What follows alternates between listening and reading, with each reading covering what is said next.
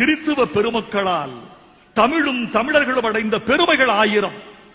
தமிழுக்கு முதல் உரைநடை கொண்டு வந்தவர்கள் கிறித்துவ பெருமக்கள். தமிழில் கவிதை செய்யுளில் இருந்தது, வரலாறு செய்யுளில் இருந்தது, கல்வெட்டு செய்யுளில் இருந்தது, மெய்கீர்த்தி செய்யுளில் இருந்தது, ஜோதிடம் செய்யுளில் இருந்தது, சிற்பம் செய்யுளில் இருந்தது. எல்லாம் செய்யுள், தொட்டதெல்லாம் செய்யுள். பழமொழி செய்யுள், விடுகதை செய்யுள். செய்யுள் என்ற வடிவத்தில் மட்டும்தான் தமிழ் இருந்தது.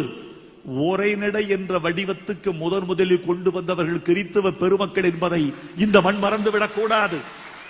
1577 இயேசு சபை பாதிரிமார்களால் கிறித்துவ வேதோபதேசம் என்ற உரைநடை நூல் வந்தது. ஒரு ஆன்மீகவாதி மதங்களை பற்றி விமர்சித்து பேசுவது மனிதநேயத்திற்கு மாறானது என்றாலும் ஈவேரா என்ற வந்தேறி திராவிடத்தை தமிழர்களுக்குள் திணிக்க இந்து மத எதிர்ப்பையும் பிராமண வெறுப்பையும் தமிழர்களுக்குள் விதைத்து விட்டதால் அந்த வந்தேறிகளின் திராவிடத்தால் இஸ்லாம் கிறிஸ்தவ மதங்கள் சீராட்டி பாராட்டி வளர்க்கப்பட்டு மண்ணின் மரபு சார்ந்த இந்து மதத்தை சீரழிக்க பரப்பப்படும் பொய்கள் உடைக்கப்பட வேண்டும் என்பதற்காக திராவிட சாக்கடையில் வாழ்ந்து அதன் கழிவுகளை எடுத்து பிழைத்து தன் கவிதைகளுக்கு அழகு சேர்க்க பொய்களை வார்த்தைகளால் கோர்க்கும் கிறிஸ்தவ கவிஞர் வைரமுத்து தான் இந்த தரணியில் வசதியுடன் வாழும் வாழ்க்கைக்காகவும் தன் கிறிஸ்தவ மதத்தை உயர்த்துவதற்காகவும் கூறும் பொய்யான தகவல்களை இந்த சிவனடியான் மறுத்து தமிழ் மக்களுக்கு உண்மையை புரிய வைக்க வேண்டும் என்பதற்காக இந்த பதிவாகின்றது. அன்பு தமிழ் உறவுகளே, திராவிட அடிவரடி வைரமுத்து தமிழுக்கு முதல் உரைநடையை கொண்டு வந்தவர்கள் கிறிஸ்தவ பெருமக்கள் என்ற பொய்யினை கூறுகின்றார். அந்த பொய்யை உண்மையாக்க 1577 ஆண்டு கிறிஸ்தவ சபை பாதிரிமார்களினால் கிறிஸ்தவ வேத உபதேசம் என்ற நூல் உரைநடையாக வந்ததாக தன் இந்த பொய்க்கு அதனை ஆதாரப்படுத்தி காட்டுகின்றார். ஆதித்தமிழ் இனத்திற்கு வந்தேறி ஐரோப்பியர்கள் வந்துதான் எம் தாய்மொழி தமிழுக்கு உரைநடை தந்தார்கள் என்பது மிகவும் வேடிக்கையானது என்பதை விட வேதனையானதும் கூட.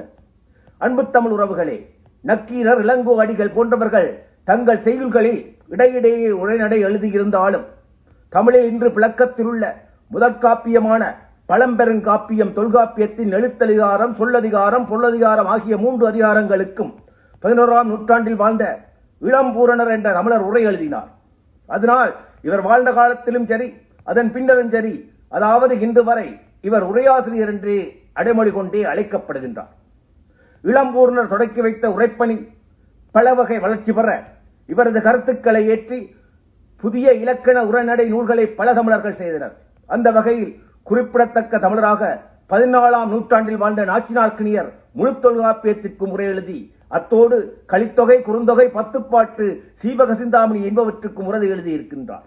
உண்மை இவ்வாறு இருக்க எருமை திராவிடத்தின் அடிமை கிறிஸ்தவ வைரமுத்து தன் பிரபல்யத்தை வைத்துக் கொண்டு பொய்யான பிரச்சாரத்தை செய்கின்றார் என்பதை தமிழ் மக்களாகிய உங்களுக்கு தெரியப்படுத்தி தமிழர்களை மத ரீதியாக பிளவுபடுத்தி தமிழர்களின் கலாச்சார அடையாளங்களை அளிக்க கிறிஸ்தவ இஸ்லாத்தை அரவணைத்து மண்ணின் மைந்தர்களின் மதத்திற்கு எதிராக காய் நகர்த்துகின்றது திராவிடம் என்பதை அறியப்படுத்துகின்றேன்.